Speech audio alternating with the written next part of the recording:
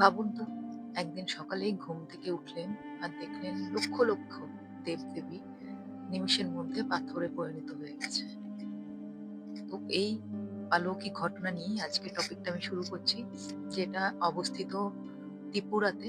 আর পাহাড়টার নাম হচ্ছে উনাকোটি। যারা শোনেননি তাদের জন্য, আর যারা শুনেছে তাদের জন্য পুরো রহস্যটা আজকে স্লিপার ক্লাসরুমে আমি আপনাদের সামনে তুলে ধরবো। প্লিজ ওয়াচ করতে থাকুন, ভালো লাগলে লাইক শেয়ার কমেন্ট করুন আর সাবস্ক্রাইব করতে ভুলবেন না। তো চলুন প্রথমে এই পাহাড়ের সম্বন্ধে একটু জেনে নেওয়া যাক। এই পাহাড়টি অবস্থিত হচ্ছে ত্রিপুরাতে, ভারতের উত্তর পূর্বাঞ্চল রাজ্যে ত্রিপুরায় অবস্থিত। ওখানে উনাকোটি নামের একটি জেলা আছে আর কৈলাসর নামের একটি শহর আছে, যেই কৈলাসর শহর থেকে 8 কিলোমিটার দূরে এই পাহাড়টি কিন্তু অবস্থিত। বলে নাকি এর রাজধানী আগরতলা থেকে প্রায় 178 বা 185 কিলোমিটার উত্তর পূর্বে দিকে গেলেই আপনি উনাকোটি পাহাড়টি দেখতে পাবেন। এটি সব থেকে প্রাচীন এবং বিশাল শিলার খোদাই করা একটি ভাস্কর বা মন্দিরগুলির জন্যই বিখ্যাত। স্পেশালি পাহাড়টা, যেই গল্পটা উঠে আসবে সেই গল্পটা থেকেই এই পাহাড় এবং এই মূর্তিগুলোর সাথে রিলেটেড। তো যাই হোক, বলে নাকি আগরতলা বিমানবন্দর থেকে প্রায় 4 ঘন্টা মতন লাগবে আপনার ওখানে পৌঁছাতে। আর যদি নিকটবর্তী কোনো রেল স্টেশন আপনি খুঁজে যেতে চান, সেটা হচ্ছে কুমারঘাট নামে একটা রেল স্টেশন আছে, যেখান থেকে 20 কিলোমিটার দূরে, এবং ধর্মনগর বলে একটি জায়গা আছে, সেখান থেকে 19.6 কিলোমিটার দূরে অবস্থিত। তো যদি কেউ যেতে চান তাহলে আগরপাড়া হয়ে বিমানবন্দর হয়ে যেতে পারেন, অথবা কুমারঘাট রেলওয়ে স্টেশন হয়েও কিন্তু যেতে পারেন। তো এইবার আসবো সেই ঘটনার দিকে, যেই ঘটনার জন্য এই পাহাড়টি ফেমাস এবং সবার কাছে একটা পর্যটক কেন্দ্র বা একটা দৃষ্টি আকর্ষণ, এবং এর সাথে জুড়ে রয়েছে এক অলৌকিক ঘটনা, যেখানে মহাদেব থেকে শুরু করে পুরাণেও এই ঘটনাটা আছে। তো এবার জানবো তাহলে সেই ঘটনাটি। এবার আসি সেই অলৌকিক ঘটনার দিকে। পুরাণে আছে মহাদেব নাকি কৈলাস থেকে কাশীর দিকে রওনা দিচ্ছিলেন, আর সেই রওনা বা সেই যাত্রাতে তিনি 1 কোটি দেবী আর দেবতাদের সাথে নিয়ে যাচ্ছিলেন।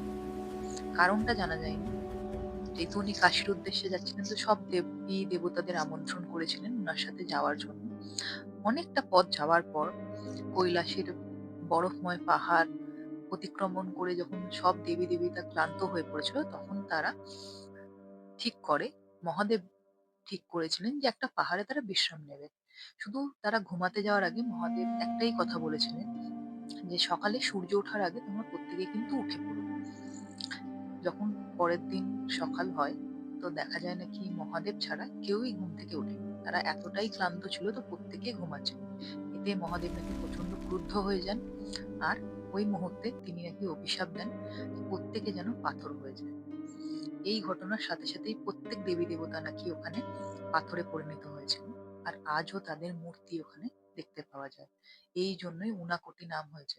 মহাদেবকে ছাড়া 99,99,999টি মূর্তি ওখানে আছে, এটা পুরাণে আছে।